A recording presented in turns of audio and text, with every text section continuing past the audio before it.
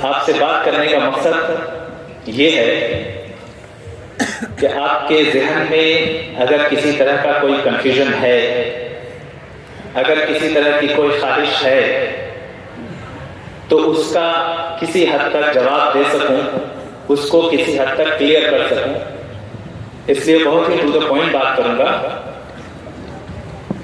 मदरसा के स्टूडेंट्स कौन हैं? सबसे पहला क्वेश्चन यही होता है कि who is a Madrasa student. And हमने इसको कैटेगराइज क्यों किया अलग से, मतलब हमने सिर्फ स्टूडेंट्स क्यों नहीं कहा, why do we call them madrasa students. हम अलग से एक कैटेगरी क्यों डेवलप कर रहे हैं कि मदरसा स्टूडेंट्स, तो देयर शुड बी समथिंग जो ऐसा है इनके अंदर जो दूसरों के अंदर नहीं है, तभी इनको हमने अलग किया है। या कुछ इनके अंदर ऐसा नहीं है जो दूसरों के अंदर है, तो इस चीज को समझने की जरूरत है। देखिए, अगर हम स्टूडेंट्स को कैटेगराइज करें तो generally primary, secondary, higher studies में हम कैटेगराइज करते हैं। ये प्राइमरी स्टूडेंट्स हैं, ये सेकेंडरी स्टूडेंट्स हैं, ये हायर एजुकेशन में जाने वाले हायर एजुकेशन के रिसर्च स्कॉलर हैं, अंडर ग्रेड्स हैं, पोस्ट ग्रेड्स हैं। तो मैं कुछ कंसेप्ट क्लियर करना चाहता हूं कि एक आम स्टूडेंट्स में और एक मदरसा के स्टूडेंट्स में कोई खास डिफरेंस नहीं है, सिवाय इसके कि हमारा स्पेशलाइजेशन दीन, शरीयत और अपने मजहब पर है, इस्लाम पर है। किसी और का specialisation science, maths, physics, accounts, इन चीजों में है। उसमें भी अगर हम इब्तिदाई मरहले में देखें तो हम वो सारे उलूम हासिल कर रहे हैं जो दूसरे स्टूडेंट्स हासिल कर रहे हैं। फॉर एग्जाम्पल, अगर हम कैरिकुलम उठाकर देखें स्कूल का, अच्छे स्कूल का, यानी कि जो हमारे मुल्क के बेहतरीन प्राइवेट स्कूल्स हैं, उनका अगर हम सिलेबस उठाकर देखें तो उनको कम से कम 3 लैंग्वेजेस पढ़ाई जाती हैं, जिसमें 2 लैंग्वेज इंडियन है, एक तो हिंदी और इंग्लिश। उसके अलावा फॉरेन लैंग्वेज भी उनको पढ़ाई जाती है, या तो अरबिक ऑप्शन होता है, या आप अरबिक सेलेक्ट कर लें, या आप जर्मन पढ़ें, या आप फ्रेंच पढ़ लें, या आप चाइनीज पढ़ें, या आप रशियन पढ़ें। इंग्लिश हम पढ़ते हैं, हिंदी भी हम पढ़ते हैं, एक्स्ट्रा में हम उर्दू भी पढ़ते हैं, और एक फॉरेन लैंग्वेज हम अरबिक भी पढ़ते हैं, बल्कि हम तो फारसी भी पढ़ते हैं। तो लैंग्वेज के एतबार से हम बिल्कुल एकदम अप टू द मार्क हैं, बल्कि कुछ हम अपर हैंड रखते हैं। दूसरी चीज जो है वो है सोशल साइंस और साइंस पढ़ाया जाता है प्राइमरी और सेकेंडरी लेवल पे। हम भी सोशल साइंस और साइंस पढ़ रहे हैं, उतना स्पेशलाइज करके नहीं पढ़ रहे हैं जितने के दूसरे स्टूडेंट्स पढ़ रहे हैं। हमारे मुताले में साइंस और सोशल साइंस की किताबें हैं, तो हम किसी हद तक उनसे इंट्रोड्यूस्ड हैं। If someone is talking on some social topics और समथिंग ऑफ साइंटिफिक टर्म्स हमारे सामने आते हैं अगर, तो हम ऐसा नहीं है कि हमारा माइंड ब्लॉक हो जाता है, बहुत डीप में जाके बात नहीं कर पाएंगे, लेकिन हम बात कर लेंगे। तो हम क्या पढ़ते हैं? तो हम उसकी जगह पे पढ़ते हैं हिकमत, फलसफा, मंतिक, फिक़्ह, उसूल फिक़्ह, हदीस, तफसीर, ये चीजें हम पढ़ते हैं। इसके सामने में जो हमारे नॉर्मल या जो अदर ग्रुप ऑफ स्टूडेंट्स हैं, वो science, maths, accounts, social science ये पढ़ते हैं। लेकिन अगर हदीस, फिक़्ह, मंतिक, तफसीर, इन चीजों पे अगर हम बात उनसे करें तो उनका माइंड ब्लॉक हो जाएगा, वो जरा भी नहीं समझ पाएंगे, वो फॉलो ही नहीं कर पाएंगे क्या बात कर रहे हैं, क्योंकि उन्होंने पढ़ा ही नहीं। यहाँ भी हम बराबर में तो कम से कम है।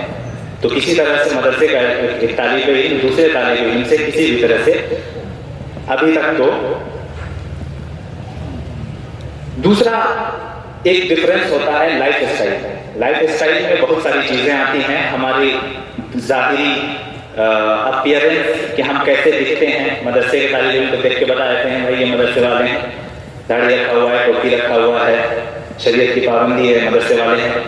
एक अपीयरेंस में होता है, दूसरा एक एटीट्यूड में होता है कि आपके अखलाक कैसे हैं, आपका बिहेवियर कैसा है, आप समाज में जब लोगों से इंटरेक्ट कर रहे हैं या आप अपने बुजुर्गों से, अपने असातिज़ा से, अपने फैमिली वालों से इंटरेक्ट कर रहे हैं तो आपका एटीट्यूड, आपके अखलाक कैसे है। ये चीज़ भी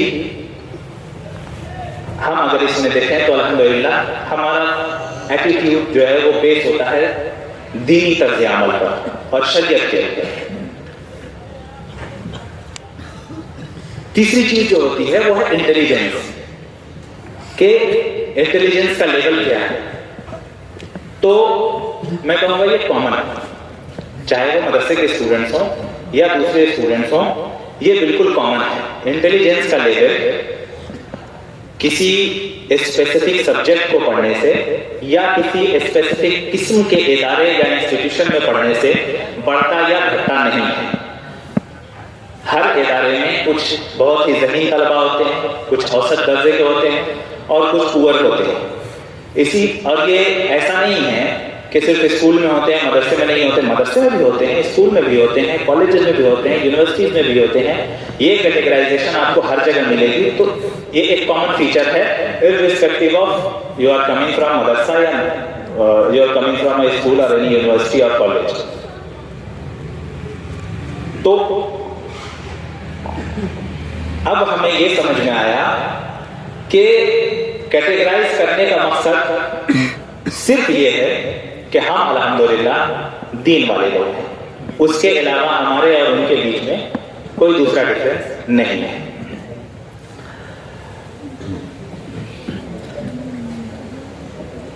अब हम बात करेंगे कि हायर एजुकेशन और उसमें करियर अपॉर्चुनिटीज हमारे लिए क्या है। देखिए, हायर एजुकेशन दो तरह के हैं।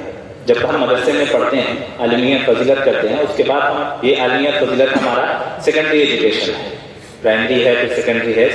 इसके बाद हम हायर एजुकेशन में जाते हैं जहां तखस्सुस होता है। तो उसमें हमारे पास दो रास्ते होते हैं जहां तक मैं समझ पाता हूं। या तो हम दीनी उलूम में स्पेशलाइज करें, हदीस में, फ़िक़्ह में, तफसीर में हम और मजीद जो है अबूर हासिल करें,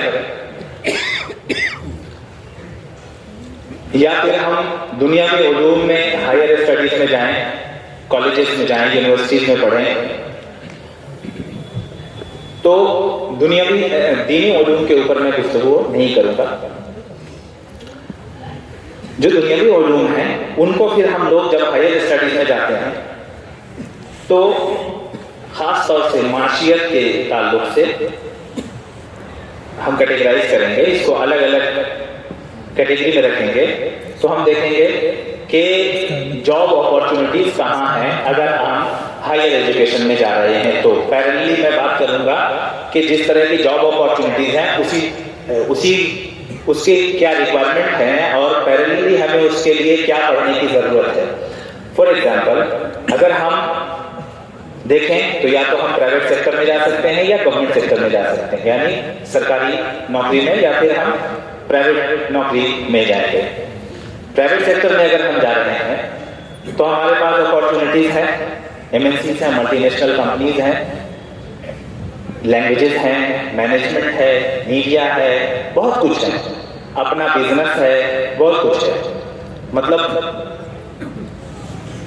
सच में बहुत कुछ है, इसको हम काउंट नहीं कर सकते। अगर हम गवर्नमेंट सेक्टर में जाएंगे तो 2-3-4 फील्ड्स हैं, जैसे कि एजुकेशन है। या तो हम एजुकेशन डिपार्टमेंट में जाएंगे तो एजुकेशन के भी मराहिल हैं, प्राइमरी एजुकेशन में जाएंगे, सेकेंडरी एजुकेशन में जाएंगे तो हम टीचर होंगे, हायर एजुकेशन में जाएंगे तो लेक्चरर या असिस्टेंट प्रोफेसर के लेवल पे हम एंट्री लेंगे।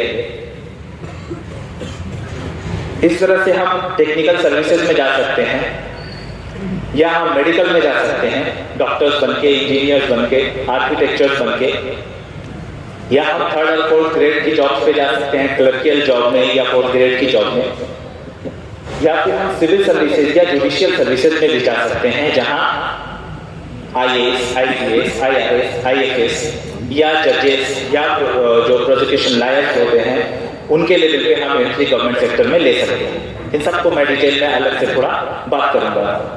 अभी मैं बस एक खाका दे रहा हूँ कि क्या क्या अपॉर्चुनिटीज हमारे सामने नजर आ